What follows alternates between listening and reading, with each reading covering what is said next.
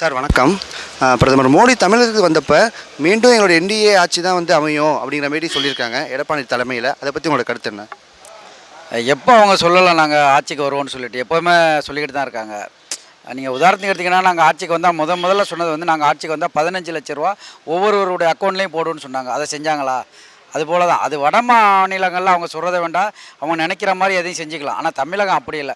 எல்லாமே கல்வி அறிவு உள்ளவங்க மக்கள் இருக்கக்கூடியது. இங்கே வந்து அது ஒரு காலமும் தாமரை இங்கே மலராது, மலரவே மலராது. திராவிட முன்னேற்ற கழகத்தில் என்ன இப்போ இந்த ஆட்சியில் என்ன குறை இருக்குது?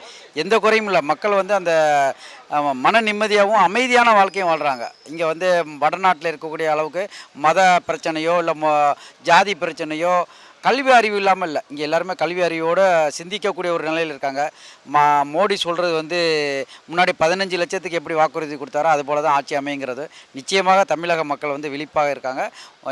இருந்த நிலையிலிருந்து இன்னும் கீழே போவாங்களே தவிர தமிழகத்தில் பிஜேபி அந்த அதிமுக கூட்டணி சேர்ந்ததோடவே இப்போ மக்கள் வெறுக்கக்கூடிய ஒரு சூழ்நிலையில் முன்னாள் அதிமுக அமைச்சர்லாம் கூட இப்போ திமுகவுக்கு வர ஆரம்பிச்சிட்டாங்க. அதுலேருந்தே மக்கள் வந்து தெளிவாக இருக்கிறாங்க. ஏன்னா அங்கே போனால் அங்கே ஒன்றும் இல்லை, சும்மா இது வந்து அள்ளி விடுற விஷயந்தான், ஒன்றுமே செயல்பாட்டுக்கு வராதுங்கிறத மக்கள் தெளிவாக இருக்காங்க. நிச்சயமாக திராவிட மாடல் ஆட்சி தான். இங்கே பிஜேபி ஒரு சீட்டு கூட வராதுங்க.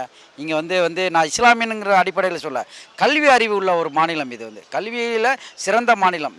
இந்தியாவிலேயே பொருளாதாரத்தை இது தொழில் வளர்ச்சியாக இருக்கட்டும் அல்லது இப்போ கல்வியிலே இருக்கட்டும், இப்போ வந்து மக்கள் வந்து ஒரு பெரிய அளவுக்கு உலகம் போற்றக்கூடிய அளவுக்கு உள்ள ஒரு முதல்வரை தமிழ்நாடு தேர்ந்தெடுத்து இருக்காங்க.